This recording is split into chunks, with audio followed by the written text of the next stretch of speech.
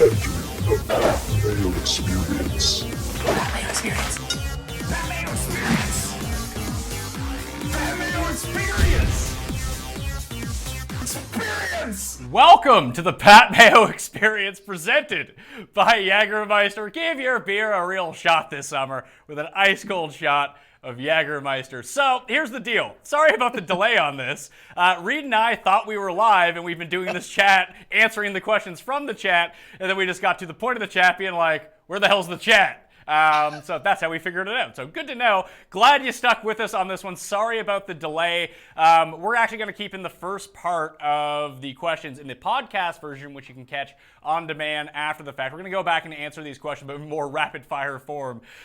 We talked about the wind. I put the wind in there. Early AMT times look like they may have an advantage on Thursday, just due to the soft conditions if you're playing Showdown. I'm just trying to recap this very quickly about the non-questions that we talked about. Reid Fowler is here. I thought there was good stuff there. There was really good stuff. I had some good jokes. You know, I wouldn't go that far. But now that we're behind schedule, again, full apologies to all of this. If you want to get in the draw for the giveaways for some DK bucks, check out Monday and Tuesday's show to find out how. Or if you go to the iTunes, Stitcher, whatever page, leave a review for the Pat Mayo Experience. Leave your DK handle. Far fewer people are doing that, so you have a better chance of getting drawn to win 20 DK bucks for next week. And with Fantasy National, you can become a member today. Even if you just want the weekly, it's like $8. You can figure out all the mixed condition model, which I'll post into the chat here in a second. Mine.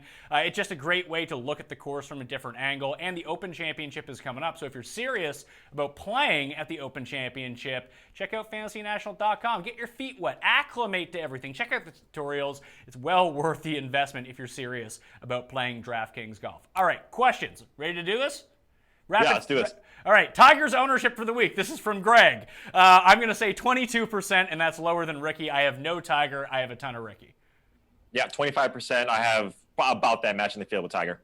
All right. Tim says, I got a high-octane lineup consisting of Stumanji Sink, Ryan Armour, Ryan Blum, Kevin Streelman, and Brian Gay. Chances we all just quit golf this weekend. I'd say very probable. Those are great accuracy guys, though. Not so much Sink in terms of accuracy. The other ones just gain a lot of fairways compared to the field every week, and I do think that is what you want to do. It's not a very inspiring lineup when you read it out loud, but it's one that can be very effective, I think. Yep, guys, keep it in the fairway and stay away from those big numbers. So I like it this week only. Okay, next one, based on your ownership projections. I believe this is where we left off because we started talking about a bunch of things.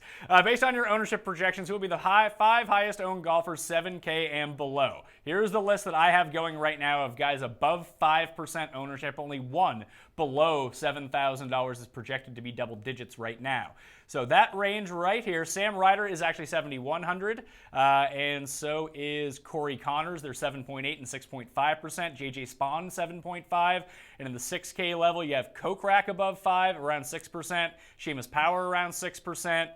Scott Stallings around 5, Robert Garrigus around 7, Tyler Duncan around 10%, and that is it for your chalk below that level. You just want to ownership fade those guys. I think that's not a bad strategy, although I'm actually playing most of those guys like everyone else because they're the ones that I identified that could actually do something from down here.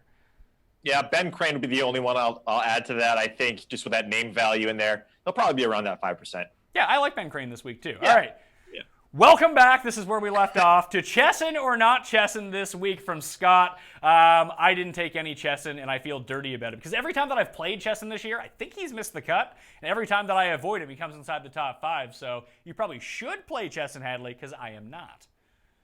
Yeah, the thing about Chesson, I think he's one of these streaky guys. We talk about him every week because I think he pops in the stat model, but what I'm seeing with him over the long term and even close to where he's playing now is his off the tee and fairway game is not up to snuff. And so I'll probably be fading Chesson as well, just because of that. And the ball striking is there, but the off the tee game, yeah, that's not for me. So I'm gonna be fading Chesson as well.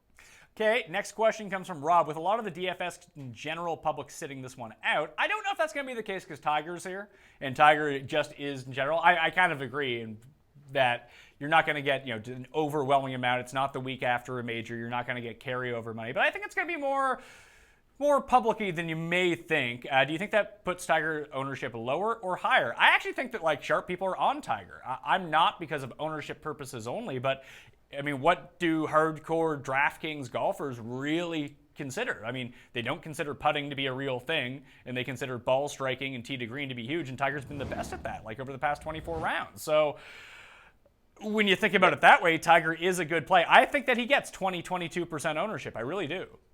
Yeah, absolutely. And if any other, I mean, outside of like the U.S. Open and some of these other majors, finishing position is going to factor in here more so than other tournaments. And Tiger is really, outside of a few tournaments, or excuse me, a few rounds, Tiger really hasn't scored DK points. Yes, he can rattle off. You saw there, he's 15th in birdies or better over 24 rounds. But finishing position has been Tiger's thing this season, and that's how he's been gaining his points. So if that's where you think he's going to be, and if you think that because of the weaker field, you have two guys like Ricky and then Tiger up there who have that quote-unquote win equity, absolutely. And again, and he's changing his putter too. I mean, there's some early reports that he's been trying to change his putter or testing out a putter. So we'll see how that goes. But I do like Tiger this week because of the weak field. Yeah, he's been using that mallet on the putting green so far. The pivot play in that range, he said, do you pivot off of Leishman, Fowler, Molinari onto Tiger? No, you pivot onto Leishman. He's the one that no one's going to own. And that's what I ended up doing, as I explained a bit earlier, that instead of using Tiger, I just went more overweight on Ricky and then used sort of the minimal shares to be on Mark Leishman, because it came to the situation where I didn't want to own 5% Tiger or 10% Tiger, knowing that he's going to be 20% owned. I just decided to fade, use 10% on Leishman, and just go massively overweight. I believe I have Fowler in 60% of my lineups this week. So that's the way that I went to it. This is from Joe. At what percentage owned can you label a player chalk, and do you look to fade in bigger contests? Different for every player, or do you have different levels of each tier? I think it depends on the different levels of each tier. For example, Tyler Duncan is the only player in the $6,000 range that I have projected to be over 10% owned. That would make him chalk for that range. Like if Francesco Molinari is going to be 13%, and I'm just kind of throwing that out there, and Kyle Stanley is going to be 20%. 13% is a lot of ownership, but compared to the guys around him, it's not chalky. Like I think the chalky plays are more concentrating in that $8,000 level, like Ben Ann, very chalky, Kevin Streelman, very chalky, Neiman, Charles Howell, and Jamie Lovemark, pretty chalky. Andrew Putnam is pretty chalky. Gary Woodland is pretty chalky, just because that's where all the ownership is concentrating. I don't think that you need to fade these guys. We just saw two people split the millionaire maker by having very, very chalk lineups. It's just if you want to separate yourself, you kind of have to be willing to pivot off of those guys to give yourself more leverage in a field, to make sure that you don't get duped if you're playing for first place. And if you're going to enter like a giant $3 or a giant $5, that's the goal. Like you're playing it to win. You're not playing to min cash. So that would be the way that I would approach it. That doesn't mean you can't play chalk guys. Like you can have 5 chalk guys in one lineup and then play someone else that no one else has, and that generally works, especially if you leave like $200 on the table. Yeah, just a few things to add, right? It also matters, too, what game mode you're playing, right? For cash, chalk is not necessarily a bad thing because you want the safer plays. And so the only thing I'll add to what you were saying, because you're absolutely right, is there is good chalk, right, where you're saying, okay, a guy like Ricky at 25%, he should be at X percent. He should be at 30, 40%, whatever it may be, because of the talent or the strength of the field. So there's good chalk, but there's also bad chalk, right? We've seen it with Joel Dahman. We've seen it with the CT Pan last week. There's also bad chalk. So even identifying those in those certain areas that aren't necessarily something like a David Lingmerth, for me, in that 8K range is potentially bad chalk if he gets in that double digit because of what stats and what I'm looking for. So there's also other ways to look at chalk and in those ranges. But yeah, you're absolutely right with what you were saying. Okay, any Bubba-like whispers for the Barn Rat this week? Well, I do like Barn Rat. He's the only player in the $9,000 range that I'm using, but I think every time that I've bet Barn Rat, he's missed the cut. So I'm just going to play him on DraftKings and see how that goes. I do like how he sets up here. I was very encouraged the last 2 events, especially the U.S. Open, by how well he was striking the ball off the tee and finding the fairway. It seems like if he can continue doing that, the rest of his game does set up well for this course. Yeah, so I mean, Jimmy Walker is the only other guy that I'm playing in that 9K range, but I like Barn Rat. If you look at, too, he plays these difficult courses pretty well in difficult fields. So again, not a difficult field, but a difficult course. I do like him. I like how he took a week off. He didn't play after the U.S. Open. So yeah, I like Barn Rat as well. Could you give one guy from each price range that you feel confident? Thanks again, you the man. I mean, this is what basically my cheat sheet is. I give you my guys that I like from each range. One guy from each range, Ricky, Appy Barnrat from the 9s, Woodland from the 8s.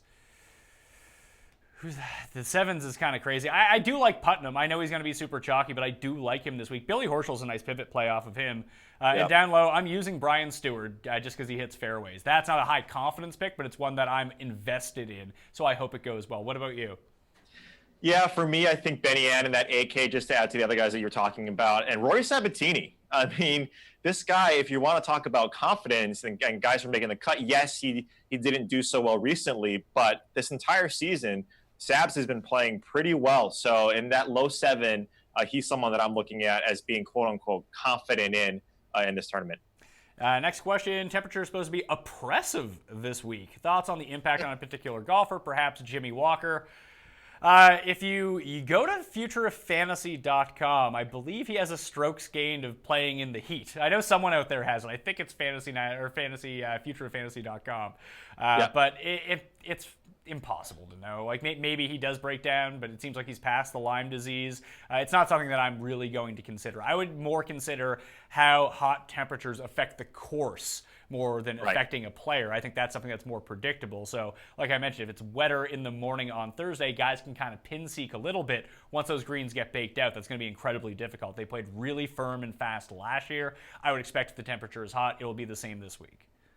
Yeah, and then with humidity, right, when it creases to that, for us in the States, the 90-degree temperature, you start to see that the greens and then the fairways obviously firm up, but then the rough gets it's a little sticky. So those are the only other things that I'll add in terms of weather. But again, it's hit or miss in terms of trying to play guys based off of the weather if it's going to be hot. But yeah, Friends of Fantasy has I think a hot player strokes gain. So Caleb Bass' favorite vomit plays from 6.7K and below.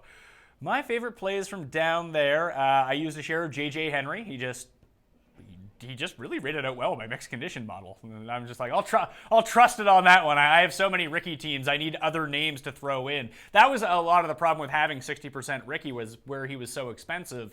And I wanted to get like a Ricky on team, a Ricky Kiridish team, and pair those guys together and have different combinations of that I kind of had to scatter down in this range. So anyone, if I could build a case for anyone down here, like they instantly got thrown into like 2 lineups. So J.J. Henry, Brian Stewart, Ben Silverman, the Canadian, David Hearn, the Canadian, accurate players, really what I went for. Robert Garrigus plays well in this region, just ball striking is very good. Tyler Duncan and Ben Crane are the guys that I have used in my lineups below $6,700.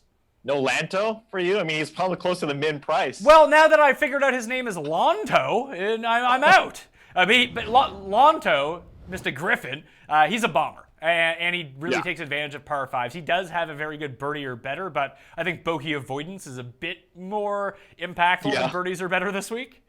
Yeah. For me, Chad Campbell is someone that I'm always planning these shorter courses. So he's someone I'm looking. Jason Gore too in my mixed condition model. He has, he's popping in these smaller, difficult courses. Again, it'll be 2 of 20 lineups, very small. A minority share in these guys, but outside the guys that you spoke to, those are the only others that I'm looking in under that 6.7K range. Please give the episode a like now that we're actually on the air. That would go a long way to help keeping the show on time. We didn't have enough likes. We had to wait for it to get to a like threshold apparently before we started. So please go to that and the iTunes review with your DK handle to get into the draw for some DK Bucks winners announced on Monday's show with Jeff Feinberg. Are you around on America Day? Are we doing a chat or not? Leave that in the respond to that in the chat section. Would people be interested in a chat next Wednesday? Like I'm around because I'm in Canada, so I'm available. But anyone else, like I know most people are barbecuing away on vacation. Is it even worth doing? Just let us know in the comment section and in the chat right now if that's something you'd still be interested in. Jordan asked, did you find any trends using the time machine from Fantasy National? Because I did not really, and it'd be tough to do because there's only 1 year of history at this course. So, I mean, we're talking about this course like it's going to be super duper difficult. You know, you tweak a few things on the course and all of a sudden it's easy. So the weather isn't quite as windy and it's easy all of a sudden. Not like easy. It's not the career builder, but it's just very difficult. You need something with a longer sample at a consistent course, I think, to really take advantage and utilize some of the information from the time machine. Yeah, I mean, it's just one of those ancillary stats that it just, you can use it as something like a tiebreaker, for instance, if you want to. But yeah, same with me. I just kind of use it as a starting point to see, okay, how are these guys coming into form before they won? Just kind of get an idea of what type of players or even with our current form back in 2017 is. But yeah, you need more of a course history to use the time machine. Steve asks, playing 20 lineups, I've got room for 30% ownership in one of 3 players, Bo Hostler, Appy Burnrat, and Neiman.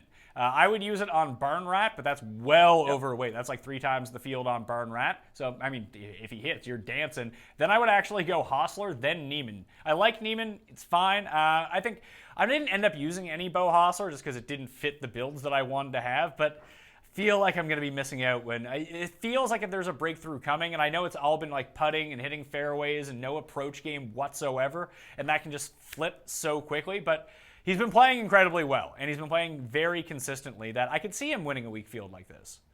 Yeah, same with me. And if you look at Neiman too, right, he's variant because we don't have a good sample size. So if you're gonna use 30%, I feel the same way with you in terms of Hostler and Appy Burnrat. I mean, he's like you said, he's going to be in that probably 10% ownership. So yeah, I agree with you there. All right, Mike says cash is a mess. I feel somewhat okay with everyone but Tyler Duncan. I'm not sure there's anything else really this week. I mean, if you don't want to play Ricky and you want to go with a balanced build, like start with Molinari or something like that, you probably don't need to go down into this 6K range in cash. Here's a fun fact. I haven't played a cash game in like 2 months. Yeah, I rarely play cash. Only GPP. So yeah, it's kind of like PPR and standard for me. It makes no sense on why I think of it like that, but for me, it's just I always play GPPs. It's funny because like I actually play way more cash games in football season as opposed to GPPs, but in golf, like golf is so, and football is very high variance too, but like if I hit a big golf lineup, and I make way more golf lineups, that if I want to hit big on this one, and there's just no safety in golf. Yeah, exactly. Cash game, safety in cash that's sort of a misnomer. But yeah, I'm only at GPPs. Kyle asks, if Jimmy Walker clubs down here, do you like his chances? Yeah, I like Jimmy Walker's chances anyway. I just feel like he's a bit pricey. And again, when you're thinking about what you want to do, I prefer Molinari to Jimmy Walker. I like the ownership on JB Holmes better than I like Jimmy Walker, and he has the good form. He'll come in with like 1/4 the ownership. So I took a few minimal shares of JB Holmes there, but if I wanted to build around Fowler, it was tough to fit Jimmy Walker in when I like guys who are like Ben Ann and Kevin Streelman. I'd prefer to have both those guys in a lineup rather than have one Jimmy Walker and then like whoever it is, like a Rory Sabatini or something like that. So the trade-off for me wasn't worth it. Jimmy's fine. He's a fine play. It just, he didn't fit what I wanted to do. Yeah, head-to-head, who do you think, Jimmy Walker or Kevin Na? Jimmy Walker. Yeah, exactly. And so, and for me, this is sort of what I'm doing. The reason why I asked that is because when you look at a guy like Jimmy Walker, for me, I like to look at values, obviously, to price, right? We kind of talked about this last week. Values in golf, especially DFS golf, you're trying to look at that price tag, the ownership, and some of the other things, but even head-to-heads. So if you're out there and you have some head-to-heads with Jimmy Walker and some of these other guys that are closely in proximity and price with him, I do like him. Yes, off the tee, he's close to 100th, the last 24 rounds for me. So that scares me a little bit. But in terms of like bogey avoidance, some of these other greens, tee to green, strokes gained, he does really well. So I do like Jimmy here. Matt asks, any love for Ben Martin? Way down in the mid 7K range on that other site. 3 of 3 cuts made at this tournament, including a 3rd and a 5th. There's a lot of problems with this question. First of all, Ben Martin withdrew like 2 days ago from this tournament, so he's not playing. So don't play him. There's a hot take. That's one I got right this week. Playing on another site. That's crazy. Play on DraftKings. 3 of 3 cuts made at this tournament. This tournament has only been held at this course for 1 year, so I don't know why playing at other courses would mean anything towards his cut percentage. So don't play him. He's not playing. Hot takes all around. Already answered about Chess and Headley. $6,900 to $7,200 plays. Pick a couple people or rank. Okay, let's do some rankings here, and we'll go in order. Would you go Seamus Power or Harold Varner? Because I'm going neither.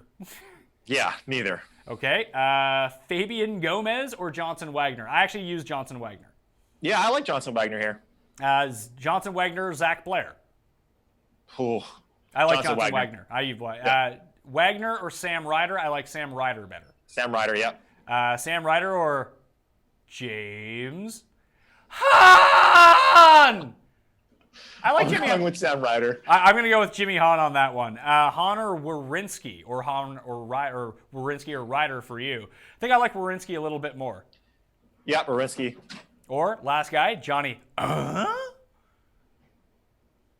Johnny, huh? Yeah. Yes. Marks. So I mentioned earlier I did sort of a scattered shot approach. I am overweight on these guys because they're not super highly owned, but I'm using pieces of these guys and trying to I have a really small core at the top and a really wide core at the bottom. So hopefully I can hit one of these guys. So in my 40 lineups, I am using some Johnson Wagner, some Sam Ryder, some Hahn, some Werenski, and some John Hahn. Those are like my guys down there. I'm trying to think. I use Corey Connors as well. Who else? And CT Pan. Dude, what's wrong with Adam Hadwin? Have we ever is he just yes, he got his sort of got his groove back in terms of putting it. Yeah, but you think it's just his putting is just atrocious and he has to figure it out? I think I didn't worry so much when he wasn't putting well, but he was the irons were clicking, the off the tee game was clicking, and I think that let me check what his ownership percentage is going to be. What we have him at right now. Hadwin coming in at 13%. Like I'm fading him completely this week. I think he's a chalky guy who's not playing well right now. Like the only reason he made the cut last week is he gained over 4 strokes on the green and just lost off the tee, lost with his iron. So it's not to say that he can't win. He is Anderkirch this week, which is not helping his chances. Oh. But we know he can get the hot putter rolling at any time, so he's fine when it comes to those sorts of things. But if that just flips back, he might miss the cut here. So it's not for me. Are you playing him? No. Especially with CT Pan right there, you're rallying off a lot of Canadians. So I know he's a favorite Canadian of yours, but just really weird because we see him sort of slipping right, and he should, in all intents and purposes, he shouldn't be down here. But obviously the current form is pretty bad, and so Adam Hadwin down here getting that 13%. He's another guy that I think is a good fade in terms of chalk down at this range, especially with CT Pan. So I just wanted to get your take on it because we saw him a little bit, but then again, putting. I've learned my lesson with Jason Day. The tee to green is nice, but the putting, right? If the putting is nice, but the tee to green stuff and the irons are a little awry, that could go south pretty quickly. So I'm not playing Hadwin.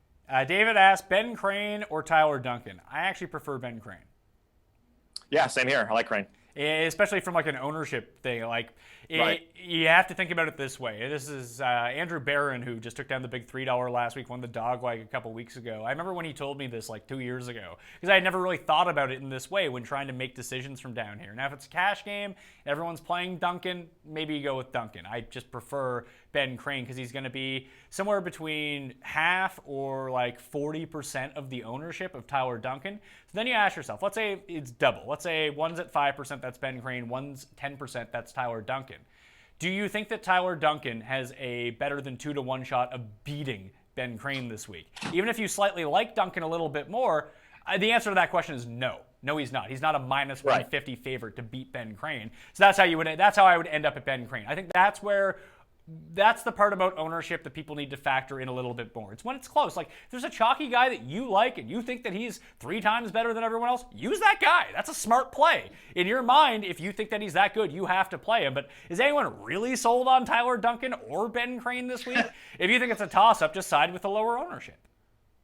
Exactly, right. And that's another thing that where you're trying to find value. We saw it last week with Paul Casey and J.D. This, in a lower ownership, the lower price guys, this is a prime example. Same thing, right? If you see a guy that's going to be 2-to-1 in terms of ownership, can you give yourself a narrative to say, is this guy going to beat him twice over? And that's what we're trying to look for. We're trying to look for some of these values outside of cash and ownership, and I think that's one of them. So yeah, absolutely. And Nathan says he's intrigued by Tyler Duncan, but how much is too much? And I don't want to throw cold water on Tyler Duncan.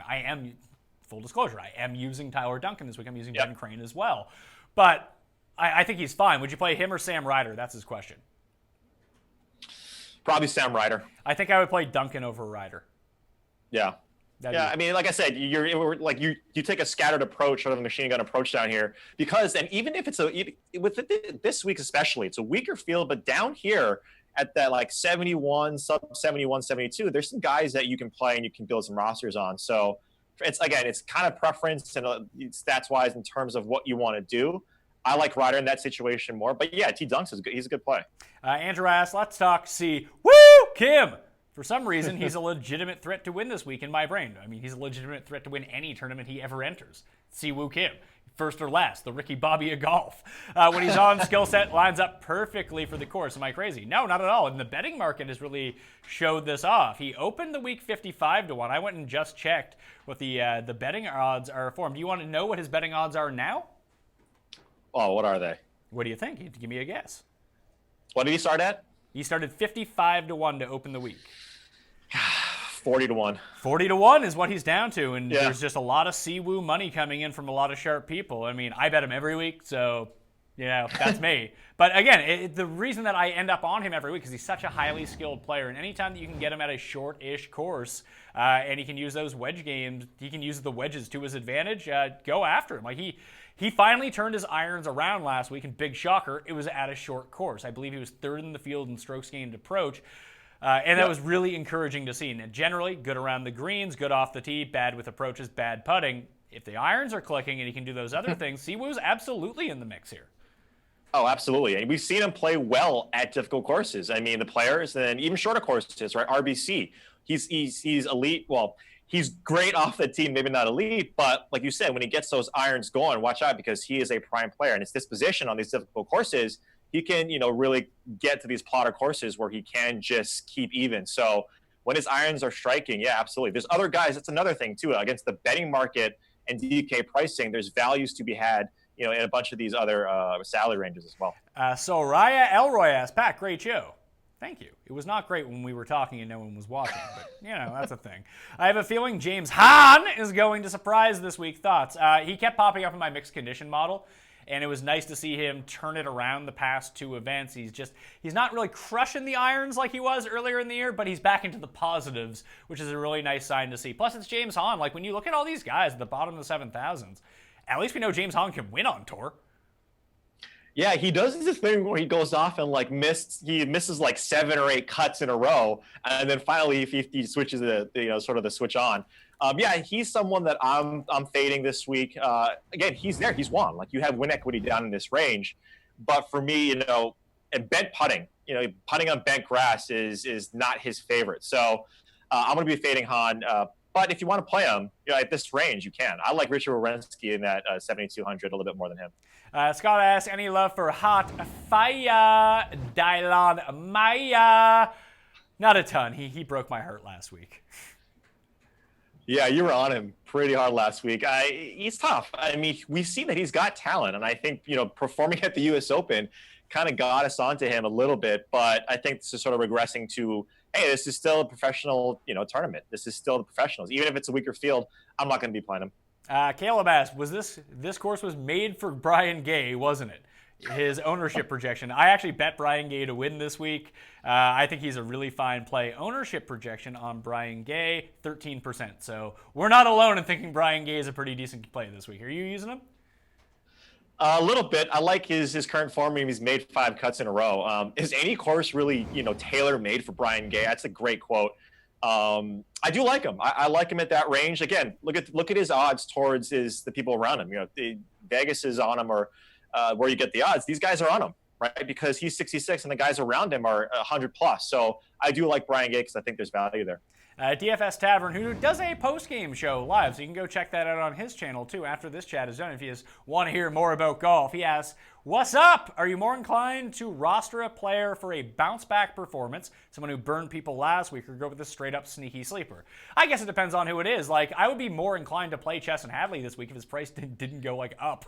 So that's kind of strange. But, I'm on CT Pan this week. I was off of him last week, but I'm going to jump back on here. I used Rory Sabatini last week. He burned me. I'm going to use him again this week. So I actually do like that, but it's not to say that I'm not going to play some rando who I think is good and is going to turn out not to be good. Yeah, those are 2 guys that I think would be a nice bounce back candidate, if you will, Chesson Hadley and CT Pan from the ownership, because they burn so many people. So those are the two guys I'm going to mention, or excuse me, Rory Sabatini, but even CT Pan as well. So for me, yeah, I would go the bounce back. Would you play Gay or Sabatini? I would actually play Brian Gay. Sabatini. Okay, or he says he can drop down. He can play CT Pan, Dom, and Hoagie, or one of those guys. I go CT Pan. I would go Gay, then CT Pan, then Sabatini. Those would be my three. Yeah. Talk me out of CH3. He is plastering my models for the Open. He did the same in Game T25, which is like T2 in this field. Fowler is the only one priced higher that finished higher. Thanks. I'm not using any of them just because I think he's going to be a bit too popular. But if you want to make a stand on CH3, he's a good price. Clearly, he got into a playoff here last year. He's familiar with the course. He can handle the conditions, the tough scoring conditions of this course. I don't hate him by any means. It's just can't take everyone. Yeah, I was looking at him more this morning. It's interesting. He's one of those guys too that if you look at his odds, I think he's like 25 or 28 to 1 at this 8,900 price tag. I think there's value there. Even in my mixed model, he comes in at number 4. He's a guy that we always say he's just playing on the California swing, right? And then this tournament, I think he's getting more attention because he lost in a playoff. He does stat out well. He's playing better of late. He makes cuts. The narrative for him too there is he's a guy that doesn't get a lot of big numbers, right? Bogey avoidance, he does really well. And so if you want to play him and he's that guy that you feel safe, right? Again, use those in quotes, safe with, I wouldn't mind CH3. So I'll be tinkering a little bit with my lineups tonight in terms of CH3 because, again, I want to pump those guys like Benyon and Streelman as well. So we'll see. Ronnie asked, Fowler or Molinari for one and done? I would take Fowler if you haven't used him. Yeah. Kyle asked, every week I seem to have less than 10% of my lineups with 6 of 6. Is my 30 to 40 player pool with no one over 40% exposure too much in MME? Am I casting too big of a net? You're probably better off going to the Friday show where I had Brandon Barron on, who was the co-millionaire maker winner, and he had a lot of good thoughts on mass multi-entering. But I think that question actually has to do with how many lineups are you playing. Like if you're playing like 20 lineups, it's way too many people. But even last week, like if you had 10% 6 of 6 through last week of your overall lineup, you were double the field. Only 5% of people had 6 of 6 last week. So it depends on the tournament that you're playing as well. Exactly. And this tournament, just to note on that, it's 120, right? It's an invitational. So 6 of 6 will it'll factor in a little bit more because more guys will make the cut. But yeah, it absolutely depends on how many that you're entering, what tournament you're playing, and so on and so forth. Any Abraham Ansah love this week? I never really do. I'm waiting for the Lahiri guy to show up and rub it in my face. Hey, he loves Lahiri every week, and he finally hit. I hope the guy played him. He's a bit too wayward off the tee for me. I never really prefer Abraham Ansah, but at a more wide open course, I think he's a better fit. Yeah, no answer for me. Okay. No answer for you, or just no Abraham for you? Both. One lineup. Fowler Tiger or Fowler Mully to start the lineup? I would go Fowler Mully just because you have a better bottom end of that lineup. I think the Fowler Tiger is nice to see, but it'll be tough trying to construct a lineup, So I would go Fowler Mully in that. Let's see. Struggling to decide between Molinari and Tiger for one and done this weekend. Thinking of holding on to Molinari for the John Deere Classic. I'm not, unless you know that he's playing. I don't know who's playing and who's not playing the John Deere Classic, but I would imagine he is not playing with the Open the following week. Like, best case scenario, he plays the Scottish or just doesn't play that week. I don't think you'll see him at the John Deere Classic. So if that's the case, then that person rather play Molinari now and potentially wanted to save him for later, play Molinari if that's the case. Because I think in terms of, look, Tiger is great. Tiger has extreme upside, but Molly is playing really well of late, and that's why his price tag is up here. So I would choose Molly in that. Robbie J asks, English is popping in my model. Any love? No, I don't love Harris English. But he did show up in my mixed condition model. No Harris English for me either. No. Okay. Brian Gay or Keith Mitchell? Brian Gay. Brian Gay for me. It says Gay versus Kim. I don't know if that's Si Woo or if that's like Wee Kim. Let's just say Si Woo because I haven't heard any chatter about Wee Kim. I like Si Woo more than I like Brian Gay. I always do. Yeah. That's your boy. I mean, you can't not play Si Woo. So I like Si Woo over Gay in that situation. Who are your 2 top fades this week? Now, I said I'm fading Hadwin, I'm fading Tiger, I'm fading Kyle Stanley, I'm fading Jimmy Walker, I'm fading Kevin Na. So there's 5 right there. That just came down to a construction standpoint for me, and where I wanted to isolate my core at the top and really go heavy on the top end guys who I think that are going to do well in getting placement points, and then scattershotting down at the bottom. And Hadwin was just a ownership type fade for me, where he's going to be like 13 to 15% owned, and everyone else in that range, I don't like him incredibly more than anyone else, so I might as well just fade him. What about you? Yeah, Neiman for me. I really tried to fade Woodland, but I couldn't do it. I mean, the guys around him, it's not good. So Neiman. Putnam is a guy that I'm fading down there as well. I think he's a little bit overpriced, and then Lingmerth as well. Those are my fades. Is Lovemark a better play than Mitchell or Kim? Yeah, but I don't think those prices match up, do they? Lovemark's 8,300. Kim is in the... Where's Kim? Mitchell's 77 and Siwoo's 76. 76. Yeah. I think Siwoo and Jamie Lovemark are close, but I don't understand how that kind of factors in.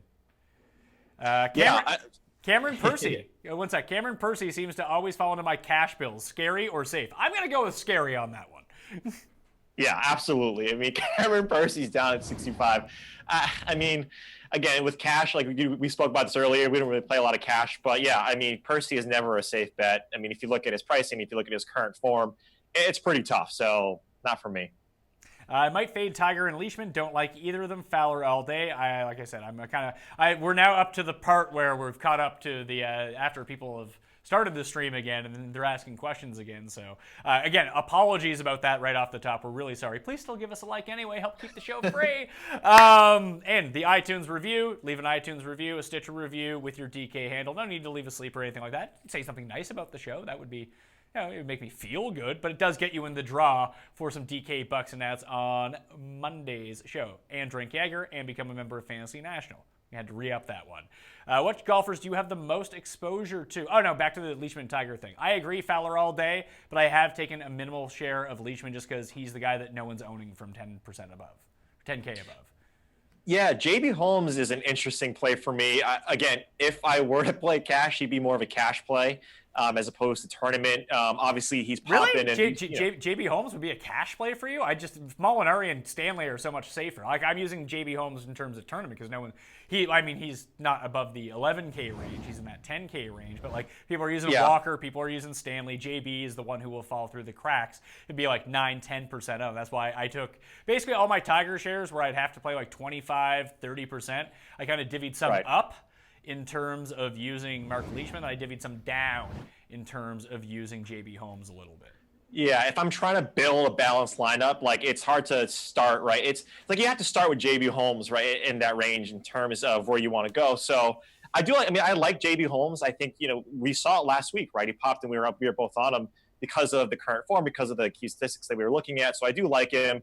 But, for tournament play, I'm actually not going to be playing JB Holmes. I'd rather play him in a quote-unquote cash game, so if I did. Guy asked, who was it? Kayla, which golfers do you have the most exposure to? It's Ricky by far. I have 60% Ricky this week.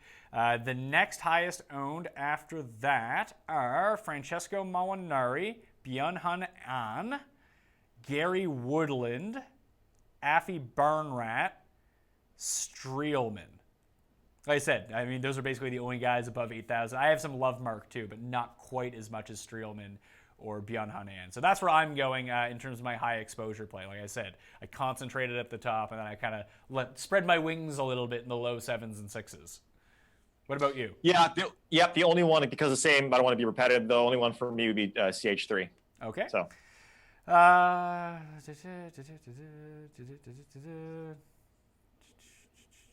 I purchased tickets to Friday's round. Should I have reviewed the field first? Please advise. Yeah, you probably should have. But, hey, you can go follow Tiger along with 98% of everyone else who's at the course that day. Maybe pick one of your, just build a DraftKings team around, you can use Tiger, you can use Fowler, whoever, and then get one of the scrub guys. Go follow them around, cheer them on. You can probably have, a one-on-one conversation with, Ryan Blum. Yeah, or follow Kirdek. He's probably a slow walker, so you can probably follow him from tee to green. So I think that would be a fun follow as well. Yeah, you can smoke darts with them too, and just be good to go. Exactly, if you're a smoker, you can just get a light from Kiradish, you'll be good to go. A lot of these are now repetitive questions. James Hahn, low players. We've already answered those. Favorite plays, $7,900 and under. Just check the cheat sheet for that, dkplaybook.com. I have them all listed in there. There's a lot to go through. Jesse has thoughts on Lahiri. Here we go. I'm not going to use him again. He said, Jesse, if you used him last week, you did really well. Now people are on Lahiri. That's never good news. Yeah, no Lahiri for me. If I'm not going to use him when it potentially could have been on, I'm not going to use him here either. No way. Why is Robert Streb playing so terribly this year? I mean, this question could have been from last year as well. I don't know. It's like he lost his game like 2.5 years ago. He was really good for a stretch for like 8 months, and then he's been god-awful ever since. He's not Smiley Kaufman, mind you, but he's not good. Poor guy. You got to feel sorry for Smiley, right? I mean, he's last at every single tournament he plays. It's like, I actually feel really bad for Smiley. Hey, he's got his Natty Light sponsorship. He's good to go. That's true. And listen, he's a PGA Tour winner, so he's got at least $1 million. Yeah, that's true. Yeah, but no Streb for me. Okay, Lingmerth or Neiman? Again, those prices don't match up, but objectively, I would use Neiman. He's a better player. Yeah. Joe asks, CT Pan after the chalk week? Yes, I'm in on that. Yep, same here. How about Jeff Ogilvy? 13th here last year. No for me. No, he kind of popped first round last week, but he's just not playing. He's just not playing well. So no. Is there any chance that we will be able to get Cam Stewart to join Jeff Feinberg on one of these weeks for the betting show on Mondays? Unfortunately, no, because the timing works out. Cam actually has a live show that he does every weekday from like 3 to 6, so he can't be here and make his live show. So if that show ever gets canceled, love to have Cam in a chat with Gabe or with Jeff and I. Feinberg. But it's just the schedules don't work out that way. And if you told me, like, if I was like, hey, let's film at 7 a.m., Cam and Jeff would not show up. So that's the way that it kind of has to go. Justin asks, would you stay consistent with all 6 players around the mid 8K range? No, I don't think so. I would just lean towards Stars and Scrubs this week. Yeah, same here, Stars and Scrubs. Every podcast I listen to is ranting and raving about Molinari. Chance he is the highest owned player of the week? No, I don't think so. I actually think that Ricky will be the highest, unless one of those 8K guys goes higher, and I think there's a chance Kyle Stanley is higher owned than Molinari. Yeah, do you think CH3 might potentially? I don't think he'll be the highest owned, but he'll be right around 20%. Yeah. I think. I mean, if you listen to Leone, he loves Molinari. Yeah, he's a good play. I mean, we talked about it earlier. Ricky's got to be the highest guy for me. So. How does Jamie Lovemark stack up in my model? He seems like a really good play. It's $8,700 or $8,300 relative to the field. My only concern about Lovemark has been his approach game. Recently, he's putting well. He's driving it well off the tees, even gaining some fairways, which is nice to see. I like him. I'm using him, so I don't want to dissuade you from using Jamie Lovemark. There are guys around him I do like a little bit better, though. Like, I like Woodland better. I like On better. I like Streelman better. Yeah, I mean, Lovemark, like I said, ball striking tee to green is there, but there's some other guys. I have some Lovemark. I'm probably going to be matching the field on him. He's another guy, right? He can club down. He can use his distance and club down and hit those driving irons and keep it in the fairway. And that's what you want to see here. So I do like him, but just, I want to be overweight on him. Kent asks, isn't it time we give Cabbage Patch Kid Tim Andercust some respect for his Brian Harmon pick? Why?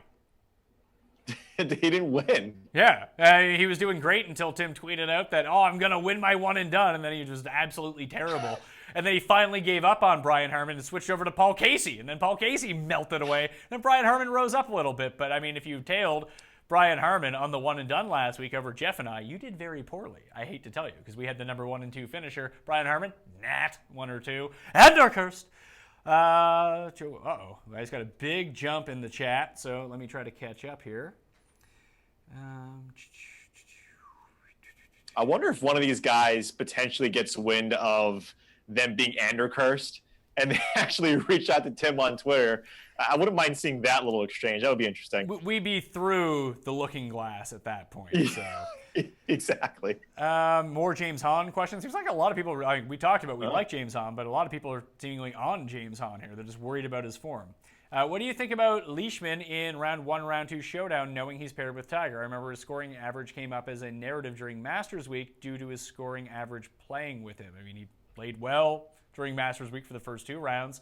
I think that you don't think about one player specifically for round 1 and then round 2. I think that you go into the day thinking about, hey, what's a good stack in terms of weather draw for round 1 and where can I get the good players and make things work from there. And then round 2, talked about this a little bit with Leone and someone like Leishman last week. Paul Shag put me onto this. Producer Paul Shag. Leishman had a bad day 1. And then everyone's like, well, he sucks. I can't use him. And he was like 2% owned in the Friday Showdown contest. So that's another interesting way to go about building your teams, especially low-owned, really good players. Like Leishman's the second highest priced guy. He's not a bad player by any means. But if he has a bad day 1, you might consider using him on day 2. Yeah, absolutely. And then those 2 guys, right, Tiger and Leishman, they're going on in the afternoon. So even just taking that a little bit further, if you think that AM stack, it's going to be softer conditions, potentially going to be scoring, I would look at that more so as opposed to the who's playing with who. We need a Mayo fade of the week where he tells us to give your fucking head a shake, pal, over playing this fade. I don't really have a strong fade this week. The field is so crappy that you can kind of make it everything. But I've given you like 5 high-end guys that I am fading. But if you want to say, Pat, you're stupid, I'm fading Mark Leishman, I'm playing a ton of Tiger, then it's sensible. I get it. So there's no one guy I'm super strong about fading this week. If there is, maybe that's a segment I'll put in, but I don't want to force it for the sake of forcing it.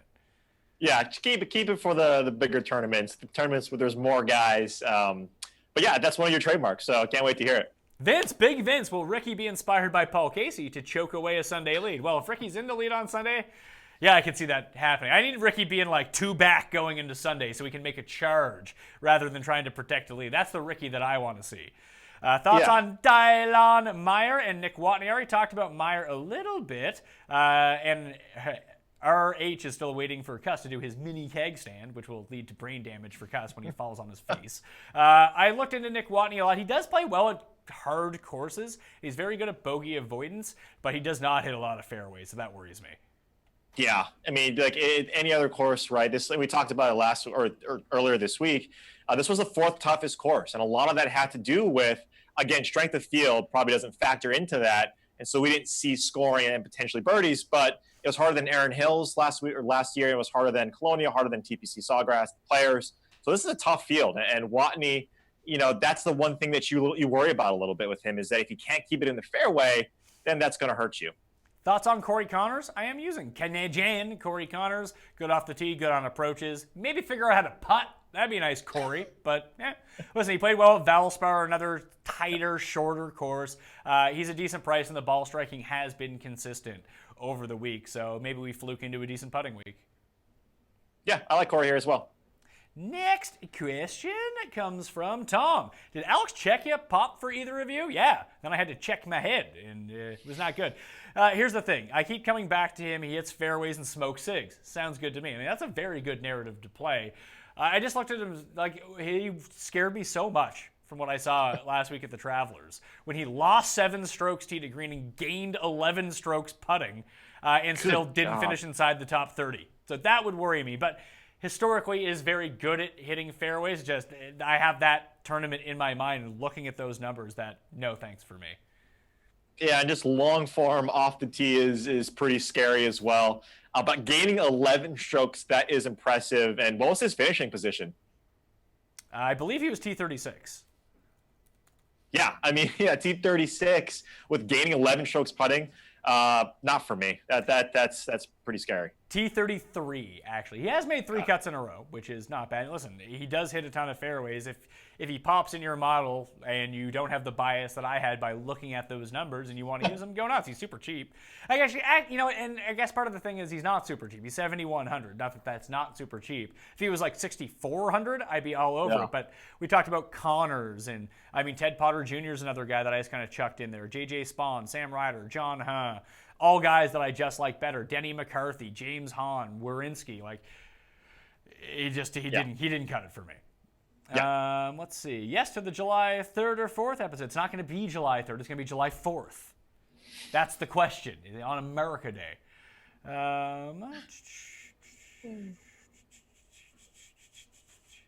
Fantasy National has Tigers ownership listed at 15%. I think it'll be 20. We've already answered this like 4 times. Siwoo, Affy, Barnrat, or Hostler in one and done. I'd save Siwoo for the Wyndham if you haven't used him yet. So I'm going to say Affy Barnrat. Yeah, I'll be a barn rot.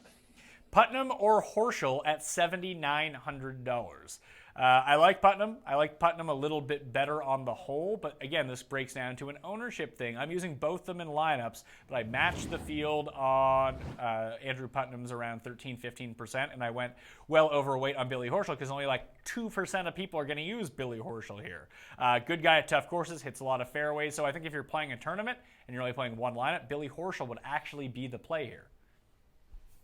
Yeah, I like Horschel. I think his off the tee game as well. Over the last 24 leads me to him. I will, like I said, with you, be overweight on Horschel because you're not foregoing a ton of lineups. So I do like Billy Ho in this situation. Ding-a-ling-a-ling-dong asks, hey, Pat, you should do a top 10 90s video game show with Cuss. You don't want to talk about video games with Cuss. Cuss is the guy that buys games and like reads the owner's manual to learn like how to physically play the game instead of just playing the game. When I first met him, we were playing Madden together, and he told me he was awesome at Madden, but he had only played against the computer, and he was playing on like easy, and I beat him by over 80 points. Which is really hard. It's really hard to do in Madden too. Really, in Madden, Cuss settles for field goals and punts. So he plays it as a real game. You go for it on fourth down, all is in Madden. Like, what's the consequence? Like, that's what you want to do. I don't know why you would punt and go for field goals in Madden. No way. Yeah, maybe I will do a top, like, Sealy's probably a better gauge of this. Maybe Garion, if we actually want to talk about, like, best video games from that era. I don't think Cuss is on the radar for that one. No. What do you think of J.J. Henry as a super punt? I mentioned it off the top of the show. Popped in my mixed condition. I did use him. Is this the yearly roulette event? Spin the putter and see what happens? I mean, kind of, but last year the guy who lost strokes putting was the guy who won. So always still lean with ball striking and hope some putting catches up to it. That's always the method that I want to play.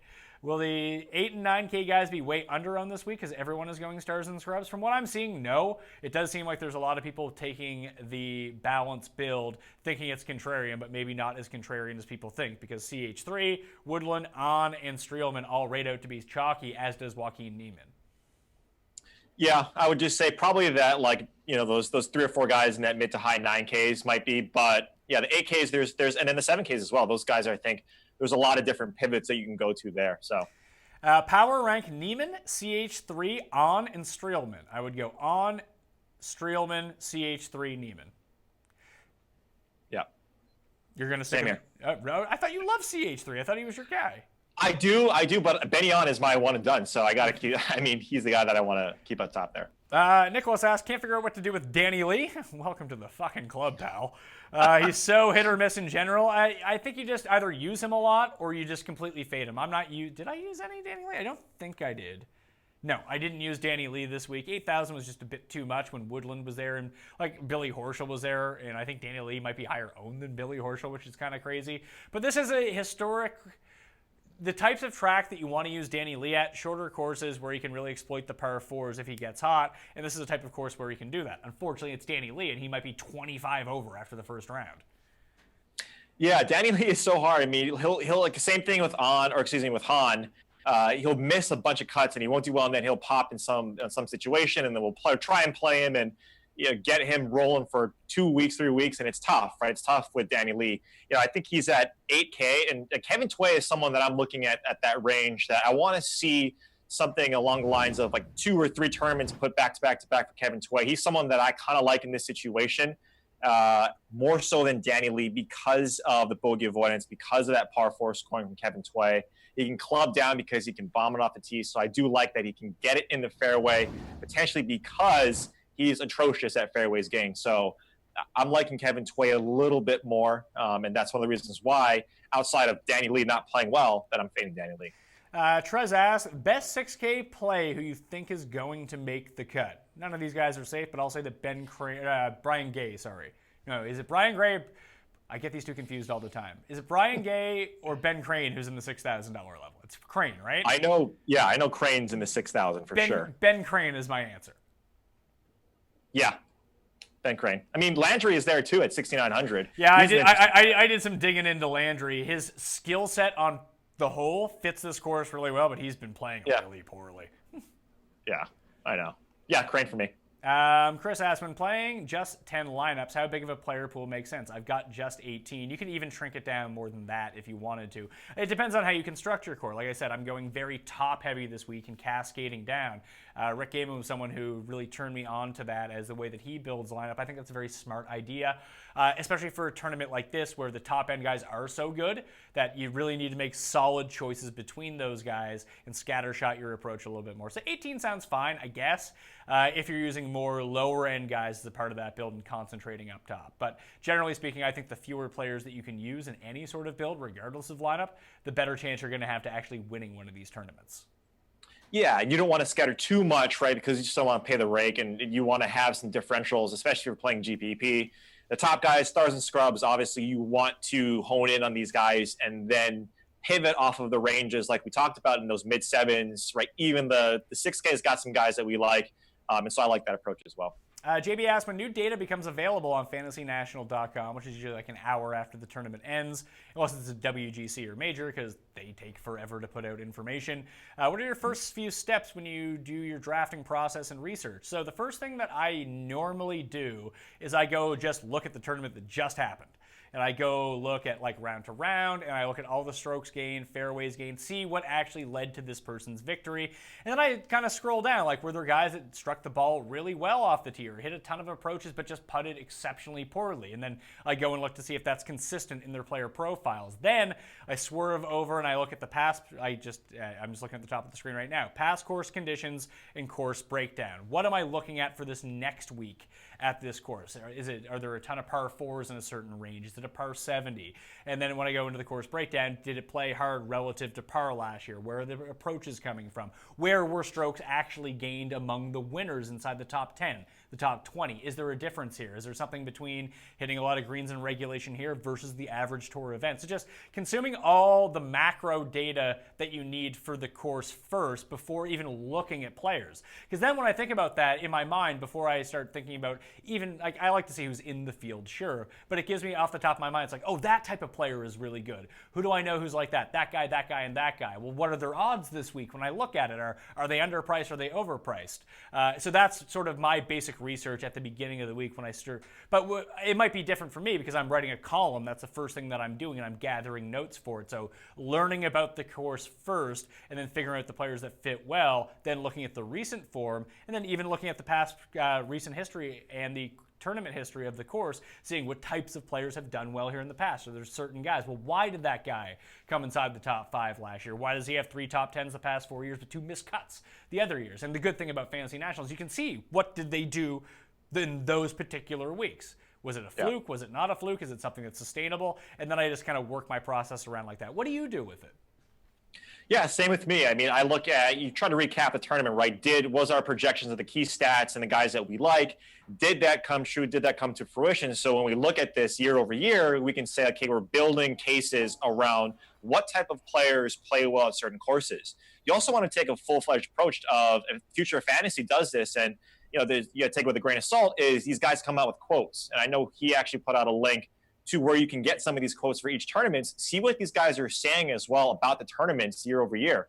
Is it, right, this one's a little harder because of we only have 1 year of data, but other tournaments that have been playing at certain places, like the Memorial, Colonial, and some of these other ones, you'll start to see a trend with guys and saying, this is how the course is playing. This is what is going to bode well here. Here's a different, here's a strategy that I'm taking with these par 4s.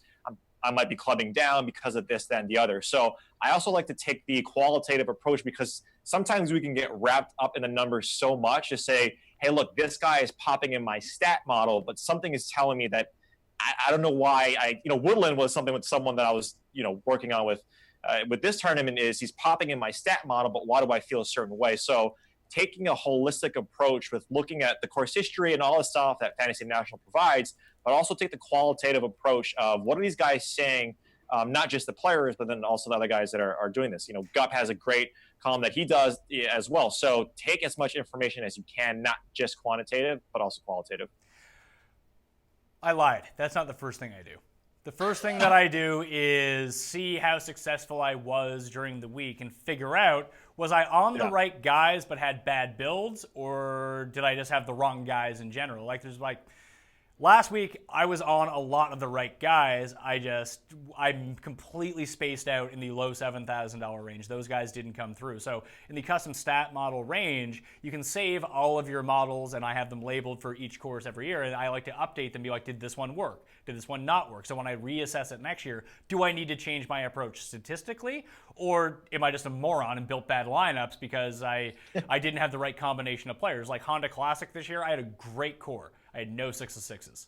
I had that like 1 or 2 guys who just let me down, and those were the guys on the really good lineups. I had an awesome 5 of 6s. So that stat model, when I use it next year, is one I'm going to use again. The one I use at Heritage is one I'm going to use again. One that I use at Valero, probably not going to use that one again because it was just a bad week for me. I just targeted the wrong things. Those were not the guys who ended up coming out besides like Trey Mullenix for me there. So I think that's what I do first. Assess where I went wrong or right during the week, then making note of that so I can use it in a year's time from now and potentially build on that when I try to correlate courses together. So that is actually what I do first. Jeremy Box. Is Kevin Tway going to be a great play at $8,000? I'm not using him. You said you were riding the form, right? Yeah, riding the form. Great play, no. Good play for me, yes. Grain Grippa asks a question about that other site, which I'm not going to answer. Streb had a kid, has been horrible ever since. Oh, geez. It was a direct correlation. Perfect. The chat jumped on me again. Do you think it's odd that Mully is here and not at the Ryder Cup course? Kind of. But I've seen people talk about this all week, like, oh, if he wants to make the Ryder Cup team and da-da-da-da-da, he needs to go do this. But, like, maybe the guy likes money, and he looked at this tournament and was like, this course fits my skill set, and everyone fucking sucks in the tournament. I'll go win $1.3 million here. It's much easier for me. People do this with athletes all the time that just because they're rich and they get paid a ton, think that they don't like money. Everyone likes money. When you're rich, what do you want? More money. That's how the rich get richer, because all they want is money. And golfers are no different. Like, poor people don't get into golf. Like, all these guys come from affluent backgrounds. They know the value of the dollar, and they want all of the money. So if this is a better shot for him, listen, I'm sure he would love to represent Italy and be a part of the Ryder Cup team. And get those like 1.5 points. But listen, if he comes like T36 over in France, I think this one still counts towards Ryder. Maybe it doesn't if he's just playing Europe only, but I don't think it can hurt his chances by winning this event this week. Right, exactly. And he's played well of late, so even if he doesn't make it by points, it could be a captain's pick. You're right. You're absolutely right. This is a shit field. And so when you look at what he can do and how he can perform, you want to see, like, he's one of the guys that we're talking. Mully at 10-6 is a crazy salary, right? But he's one of the top guys here. So he's playing because he wants money. You know, he potentially is playing I don't know if he's played in the previous tournaments here at this place. So maybe he wants to get the 1 of 4 so he can keep the status. But yeah, he wants money. I didn't even consider that part of it. I don't know if Molinari has ever played here before. Let me go check. Or yeah, played, so maybe played this tournament before. Let's see. Quicken Loans. He played it in 2016 and came 8th. Not at this course, so it doesn't really matter. But he has played this tournament before. Okay. I believe that was before that rule was put in too. Plus, he has the win at Wentworth this year, which went a long way in getting him Ryder Cup points. If he wins this event too, like that Europe team is stacked. But if he can get a cheap win here, I mean, he has to beat Tiger and Ricky basically. If he went over to Europe to play, I mean, now you're looking at beating John Rahm and Justin Thomas and Tommy Fleetwood and Noren and Rafa and Poulter and Sergio and Thorborn, Fitzpatrick, Hatton, Keimer, Houghton, Peters, Westwood, Fisher. Like, the quality of that field in France is way deeper. So a win there would definitely would probably lock him into the Ryder Cup team. And I guess you're kind of giving that up, but it's also much more difficult to win, I think. Yeah, he's cherry picking this one. I mean, like you said, he's cherry picking this tournament. He likes it. In terms of how he can perform, it fits his eye, right? It's a shorter course. Accuracy is king here. So, yeah, he wants to come here. Spies, I asked, $6,400 player, pick one. I'm going with J.J. Henry. 64.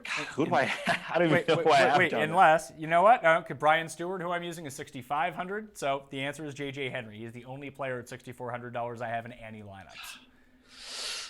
I mean, I don't think I'm playing anyone in 6,400. I mean, Lanto was one that I looked into, but I'm not paying anyone at that 6,400 mark. Am I stacking waves this week? I'm not, although there could be a slight advantage to the early morning AM, but I mean, that advantage could be gone by PM on Friday. So for showdown purposes this week, I think that stacking waves makes more sense, but I always think that makes sense for showdown. Chad, love the recent NFL content, Pat. Thank you, Chad. Do you have a schedule of more NFL videos coming up? Yeah, so I released a video last night with Matt Harmon. There's one tomorrow coming out with Jake Seeley. I'm going to have my rankings either at the end of next week or early the week after. I have some stuff with Levitan and Kaufman coming out over the weekend. So there's plenty of football content coming out now. So I don't want to overlook golf by any means. So we're going hard for this for a week. And trying to pound out as much NFL content as possible. So thank you for tuning into that. And there's a whole lot more coming in. Lingmirth, we already addressed. Did I miss the Woodland convo? Where does ownership end up with? I think we've kind of talked around Woodland, but not directly about him. I just think he's undervalued this week. The irons have come back into form. He is going to be chalky. If you want to ownership fade him, no problem with me. But he plays well with these shorter courses where he can club down, gain some accuracy, and the irons have come back to life. You got a hot putting week, and you could be looking at the winner. Yeah, I mean, Gary Woodland, even the beginning of this year, he has never lost strokes starting in 2018 off the tee. So when the irons are now coming back, when you look at what we think the key statistics are going to be here, what's going to be important off the tee, right? And then also you want to be pretty precise with your approaches. So like I said, I try to fade Woodland in terms of ownership and say, okay, long form. He's just, since his win in Phoenix, he hasn't been playing well at all. But looking around those guys, at that 15 to 20%, if he's around there, I'm going to be in on Woodland. Ronnie asked thoughts on Matt Jones this week. Matt Jones. I'm not using him. I know he's been playing well, but a lot of that has been putting and around the green, especially around the green stuff. And listen, what I talked about earlier when I go in to see where the strokes were gained at these courses, if you're gaining a lot of strokes around the green, you're not playing well at this course. Yeah, I think you mentioned it too. Streelman last week where he gained or he lost like 4.5 or whatever it was around the green, but gained 5 with approach. Was that Streelman? At Travelers? That sounds like Streelman. Let me go check on that for sure. Yes, he lost 1.6 strokes around the green, 0.5 on the greens, and gained 7.3 on approaches. The last 2 tournaments, Memorial and Travelers, Streelman's gained on approach in 7 straight tournaments, and he's actually increased the amount of strokes he's gained progressively over the past 5 tournaments. So 0.9, 1.42, 5, 7.3. Maybe he craps out and it goes back the other way, but that's a very positive, consistent trend that I like to see, especially at a course where I think that he can play really well. Yeah, and so what I was just going to say is usually the corollary, right, is if the approach game is great or the approach game is on, then around the greens, right, you don't want to necessarily say, okay, you put that into account because if their approach game is not working, you don't necessarily want to bank on that. There's some courses that, you want scrambling and around the greens to work. I mean, Shinnecock potentially was one of them. But if you look at the past course history here, just last year, Ricky Fowler, he was the only guy who lost strokes in the top 5, and he still came, again, top 3. So you don't necessarily have to gain a ton of strokes around the green here. To me, it's approach and off the tee. What website do you use to bet? I use many websites to bet because I live in Canada and I can use all the ones that I want. Sorry, American. Sorry, Reid. Hey, soon enough, it's going to be something you guys can do too. The odds you are getting are definitely not the odds that I'm getting. If you're looking at the boards, these are the odds from Monday. They're not like significantly changed. Maybe that's something to talk about. Guys that have gone up in the betting market. I mentioned Siwoo has gone from 55 to 40. Walker went from 40 to 33. Ben On went from 40 to 28, which is kind of crazy. Neiman went from 40 to 35. That's really about it. I think Hostler was 35. He's 30 now. Lovemark's dropped to 50. Woodland went from 50 to 40. So not huge changes by any means, but those were the guys whose odds. Charles Howell was 28. He is 28. Yeah, okay. Yeah, so those are sort of the updated odds, but we can't change every single graphic for every single show. Please, it's just me. It's me and the Shagster here. Let's be real. Are you playing Denny McCarthy at all? Good punt play. I am playing Denny McCarthy. Local guy, loves to putt and hits a lot of fairways. No Denny McCarthy for me. 0.1% ownership on Denny McCarthy too. Exactly. No Denny McCarthy. Is Brian Gay going to make the cut? Opinions on that? Well, as I bet him to win, I certainly hope he does. So watch him not now. I think he's a good chance. Like you said, he sets up, he sets up for this course. I think there's a good chance he makes a cut. Any Blum this week? Yes, for me, solely based on the fact that he's an incredibly accurate player off the tee. No Blum for me. Okay. Thoughts on Stu Manji? Stuart Sink rates out well on approach and greens and regulation gained. Always does. That's how Stuart Sink is always really, really high. He's always undervalued in the top 20 market when it comes to anything, very much like Steve Stricker. I bet Stuart Sink to win the British Open at 400 to 1 with that top 5 each way, but I'm off Stuart Sink this week, coming off the low round Sunday at Travelers. Yeah, bogey avoidance for me kind of scares me. Stuart Sink good for him, right? He's been playing really well. I think he's cracked. He's back in the top 100 now. But I think he's one of the guys right at 8,500. When you look around there, we talked about it. Benyon, Shulman, those are the guys that I'm in. Sink is someone that, for me, I'm going to be fading just because of that. But he's been playing well of late and cracked the top 100. So good for him, but not for me. Next, Tiger, Ricky, Thursday PM tee times. I assume the tee advantage isn't that great to pivot off of them. I don't think so. I'm just going to use Ricky. Talk me off of CH3. I think he's going to be super chalky. But this is what Brett says, he popped in the U.S. Open. I've already answered that question. Speaking of hitting fairways, I'm really worried about Ben On. I feel like there is sometimes is one word, or some time, when he should club down where he just pulls driver out anyway. I mean, yeah, if that's what you think he should be doing, but like he hit almost every fairway the first 2 rounds at the U.S. Open before he just went completely off the rails. At Memorial, he gained 6.5 strokes in terms of fairways gained. At the Players, he missed a bit. At pure driver course like Wells Fargo, he missed. At RBC Heritage, he missed. At Shell, a driver course, he missed. But at Valspar, he was right around average. Honda, which is a club down course, he was above average. At Waste Management, Waste Management has surprisingly thin fairways. He gained 4 strokes in terms of fairways gained. RSM, shorter course where you can club down, gained that week as well.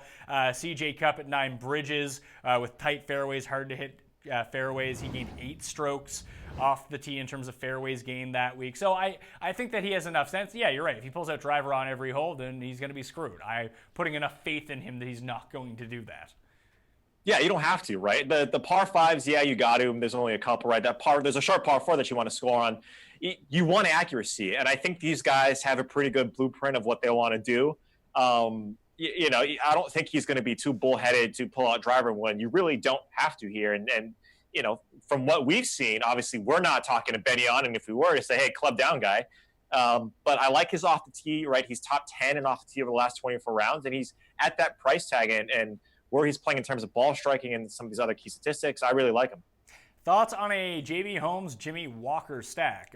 I'm not using it, but that is one way to use 2 top-end guys that, frankly, I don't think there's going to be a whole lot of Jimmy Walker, JB stacks out there.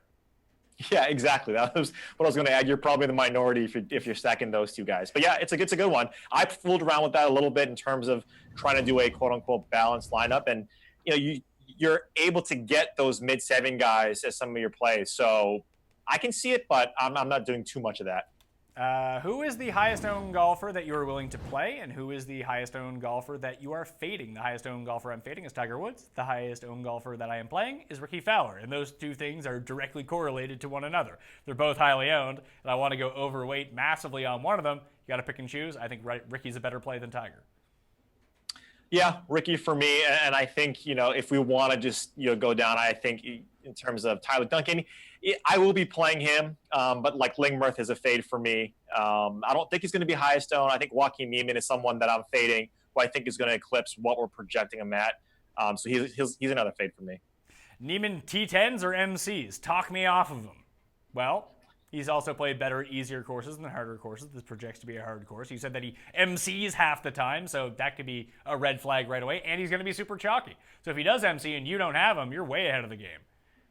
When you say MC half, and he's only played like 7 tournaments, This guy's 19 years old. So yeah, and he's come to 3 top 10s, 4 missed cuts. Right. Yeah, so I'm fading him. I don't think it's that disparate. I think he potentially could make the cut. I just don't. For what you got to pay up for him in terms of ownership, I'd rather roster some of the other guys around him. So for me, I'm out on Niemann. Chat has a question about the Open Championship. This is not an Open Championship, chat, and I haven't done all my research on it yet. The only one I bet was Sync, and I'll try to address that more with Jeff on Monday as we get closer to Karnowski and go with it. Let's see. Let's try to wrap this up here. Can you create an all-nickname lineup? I could. I'll work on that one and try to get back to you next week. Off the top of my head, it's tough. Stanley or Molinari in cash? I would go Molinari. Yeah, same here.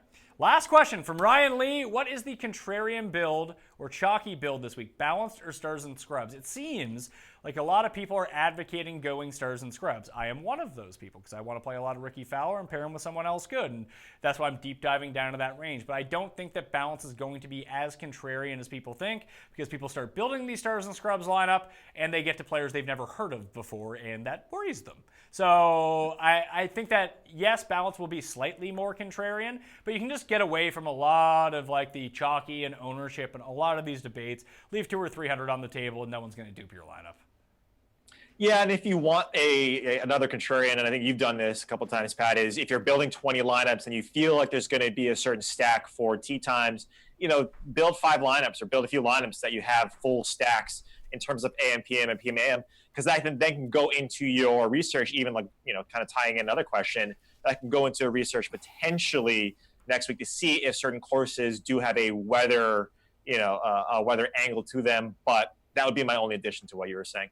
Joe Keen says, thanks for the live show, fellas. Appreciate all the help this week, and we appreciate all of you tuning in. We apologize once again for the delay off the top. Hopefully you stuck around and got your questions answered because we've been going on through it. We actually got to the end of the questions. It took us a while to catch up. You can watch the entire thing again on demand on the YouTube channel, on DK Live. That's not going to be a problem. You can also just download the podcast, iTunes, Stitcher, Google Play, TuneIn, iHeartRadio, Spotify, Audio Boom, all available very shortly after this chat ends, probably within 20 minutes. That'll be up. I'll update my betting cheat sheet and release that, and my DK cheat sheet for the pivot plays and ownership percentage as well. Please give the episode a like on your way out, and if you do want to enter the contest for some free DK bucks, you can go watch Monday and Tuesday show for those specific contests, or you can go and leave a review for the podcast on iTunes, Stitcher, all those places, preferably 5 stars. You don't need to give me a sleeper. Just leave your DK handle and something nice about the show. Like I said, make me feel good about myself. Reid Fowler, where can people catch you on Twitter and all of your work? Yep. So on DK Live and the DK Playbook, obviously we do course previews every week. Also the live shows that we can do. So Reid T Fowler, again, that's just my name with a T in the middle on Twitter and on DK Live and DK Playbook. Ryan Kisner, who was Andercursed this week, or Andercursed this week. That's why you follow Tim on Twitter. He does tweet it out. He also tweets out a lot of other nonsense, which is just ridiculous. Anyway, I'm Pat Mayo. You can follow me on Twitter, Instagram, and Facebook is the other one, at the PME. Sub to the show, like the show, review the show, tell a friend about a show, and don't send me negative comments. They hurt my feelings. I'm Pat Mayo. Thank you for watching. Good luck this week. I'll see you next time.